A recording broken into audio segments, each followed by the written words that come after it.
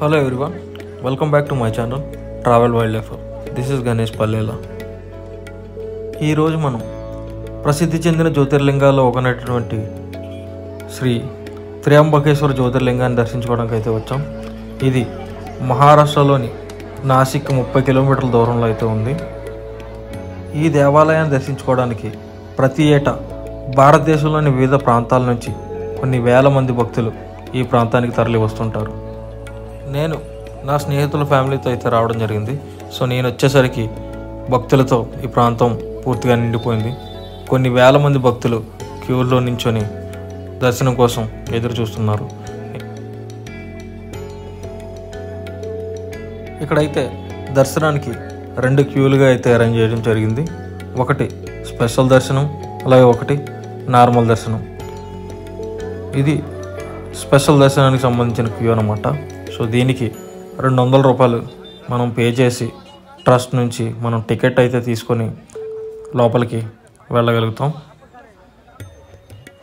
మేము క్యూ చూసిన తర్వాత స్పెషల్ దర్శనానికి వెళ్ళాలని డిసైడ్ అయ్యాం. సో స్పెషల్ దర్శనం కోసం టికెట్లు తీసుకోవడానికి అయితే మేము బయలుదేరాం.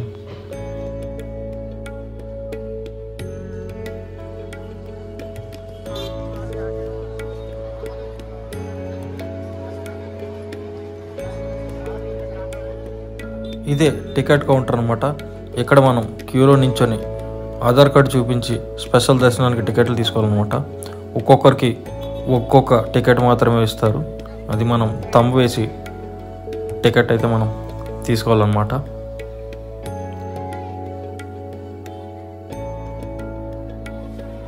జ్యోతిర్లింగాన్ని దర్శించుకోవడానికి వచ్చిన భక్తులు ఇక్కడ తీర్థ స్నానాలు చేసి జ్యోతిర్లింగాన్ని దర్శించుకోవడానికి అయితే వెళ్తారనమాట. ఇక్కడ శివ మందిరం, అలాగే ఆంజనేయ స్వామి యొక్క దేవాలయం అయితే ఉందన్నమాట. ఇదే త్రయంబకేశ్వర దేవస్థానం. వెళ్ళే దారిలో ఎన్నో షాపులు అయితే కనిపిస్తుంటాయి అన్నమాట. ఇక్కడ మేము పూజ సామాగ్రి అయితే తీసుకొని దర్శనానికి అయితే బయలుదేరాం.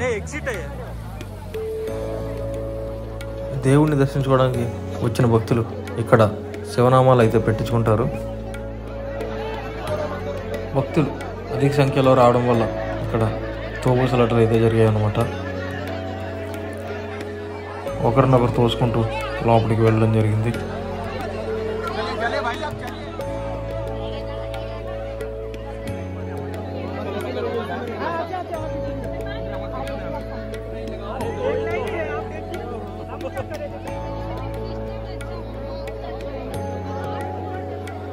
దర్శనానికి కొన్ని వేల మంది భక్తులు రావడంతో దేవాలయం ప్రాంతం కిక్కిరిసిందనమాట. వెళ్ళడానికి కూడా దారి లేకుండా జనాలతో నిండిపోయింది. అటు నుంచి కనిపిస్తుంది నార్మల్ దర్శనానికి సంబంధించిన భక్తులు అన్నమాట. సో ఈ 2 గ్రూపులు ఒక చోట కలిసి దర్శనానికి అయితే వెళ్ళడం జరుగుతుంది.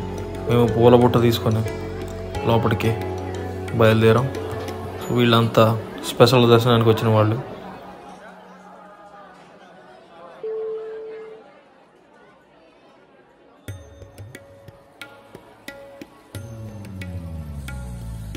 ఇంచుమించు 2 గంటల తర్వాత మేము మెయిన్ గేట్కి అయితే చేరుకున్నాం.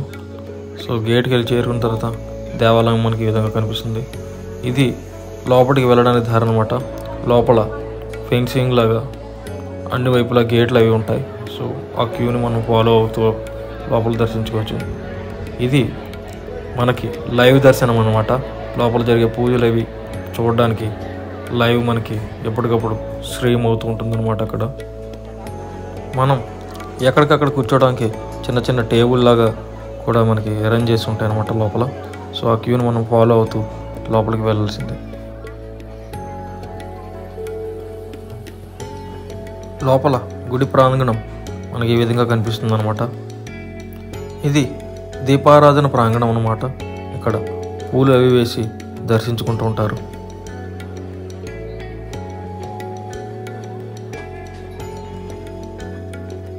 ఇక్కడ నార్మల్ దర్శనం, అలాగే స్పెషల్ దర్శనానికి సంబంధించిన క్యూలు 2 ఇక్కడి నుంచే లోపలికి అయితే వెళ్తాయి.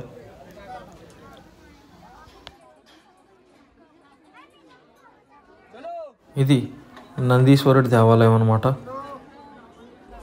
ఇక్కడ నందీశ్వరుని దర్శించుకున్న తర్వాతే జ్యోతిర్లింగాన్ని దర్శించుకోవడానికి అయితే వెళ్ళడం జరుగుతుంది. ఇది త్రయంబకేశ్వర దేవస్థానం యొక్క మెయిన్ దర్శనం అన్నమాట. ఇదే గర్భగుడి కూడా. సో ఇక్కడి నుంచి మనం లోపలికైతే వెళ్ళాలి.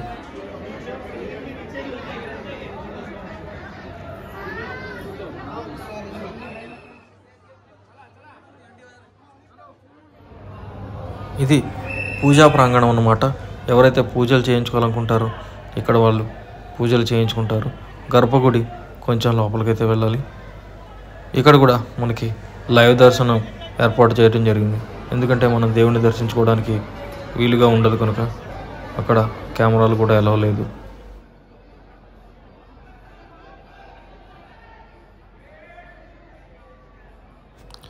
ఈ త్రయంబకేశ్వరి జ్యోతిర్లింగం యొక్క ప్రత్యేకత ఏమిటంటే ఈ శివలింగానికి 3 ముఖాలు ఉంటాయన్నమాట. ఇది త్రిమూర్తులకి ప్రతీక అన్నమాట. బ్రహ్మ విష్ణు మహేశ్వరులు ఇక్కడ కొలువై ఉన్నారని భక్తుల యొక్క నమ్మకం అన్నమాట. ఈ శివలింగం మీరు చూసినట్లయితే 3 పువ్వులైతే పెట్టడం జరిగింది. అవి 3 ముఖాలు అన్నమాట, ముగ్గురికి ప్రతీక. దర్శనమైన వెంటనే మేము బయటికి రావడం అయితే జరిగింది. ఇది దేవాలయం యొక్క బయట ప్రాంతం అన్నమాట. ఎంతోమంది భక్తులతో ఈ ప్రాంతం కలకల్లాడుతుంది, మీరు చూడొచ్చు.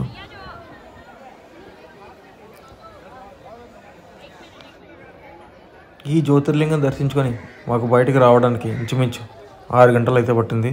ఇది గర్భగుడి నుంచి బయటకు వచ్చే ద్వారం అన్నమాట.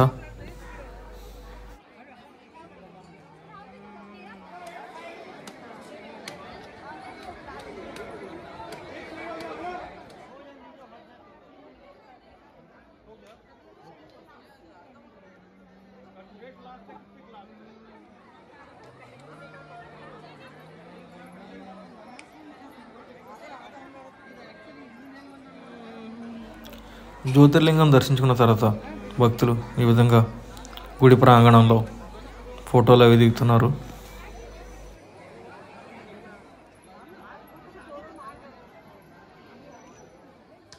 దర్శనమైన కొంత సమయానికి మేము బయటికి రావడం అయితే జరిగింది.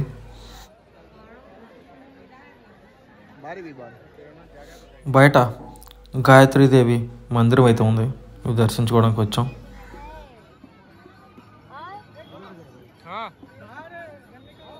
దర్శనం అయిన తర్వాత మేము కొద్దిసేపు బయట టైం స్పెండ్ చేసామన్నమాట.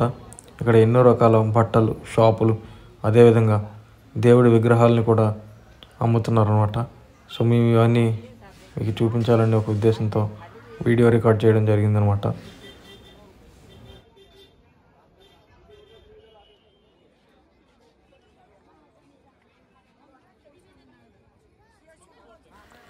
మీకు ఈ వీడియో కనుక నచ్చినట్లయితే ప్లీజ్ ఫాలో అండ్ సబ్స్క్రైబ్. ఓం నమః శివాయ.